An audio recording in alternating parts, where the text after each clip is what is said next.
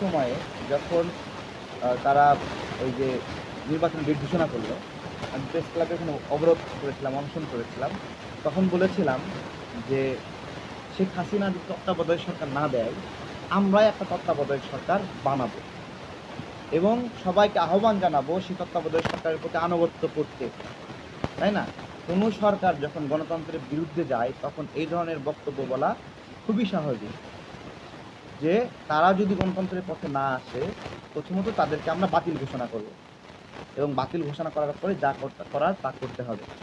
আমরা অনেকটা কষ্ট পেয়েছি ভোটাধিকারের জন্য। হ্যাঁ? একজন জনপ্রিয় ব্যক্তি, তাকে অনেকে ফেরেশতা ভাবছে। আসলেই কি সে ফেরেশতা? যদি ফেরেশতা হন এতগুলো সুবিধা নিলেন কেন? তাই না? আমার কথাটা বোঝেন।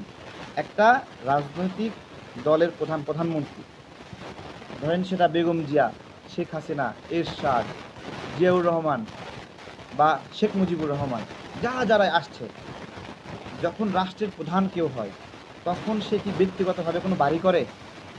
জাস্ট খেয়াল করেন কিন্তু। সে ব্যক্তিগত কোনো পোশাক করে না, ব্যক্তিগত কোনো অবকাঠামো করে না, এগুলো করে না, এগুলো মানায় না। তখন দেশটাই তার, প্রত্যেকটা ঘর তার। ডক্টর ইউনূস প্রত্যেকটা ঘরকে তার ঘর মনে করতে পারেন নাই।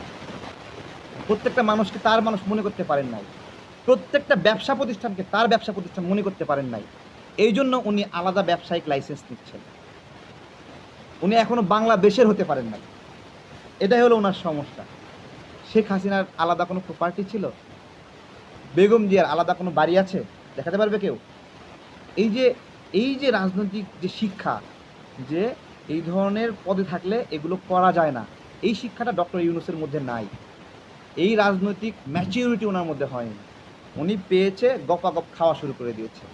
আপনাদেরকে বলি, হাতির দাঁত কয়টা বলেন তো? কয় দাঁত? দুইটা দেখা যায় না?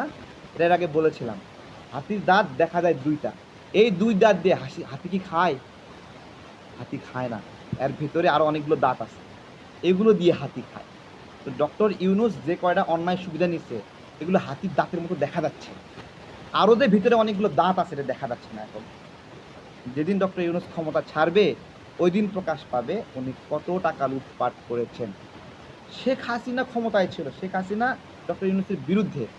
আরে শেখ হাসিনাকে বৃদ্ধাঙ্গুল দেখিয়ে 50,000 কোটি টাকা লুটপাট করেছে, কর তাকে দিয়েছে। তাহলে এখন কি অবস্থা হবে? মানুষ ফেরেশতা ভাবা শুরু করে দিয়েছে।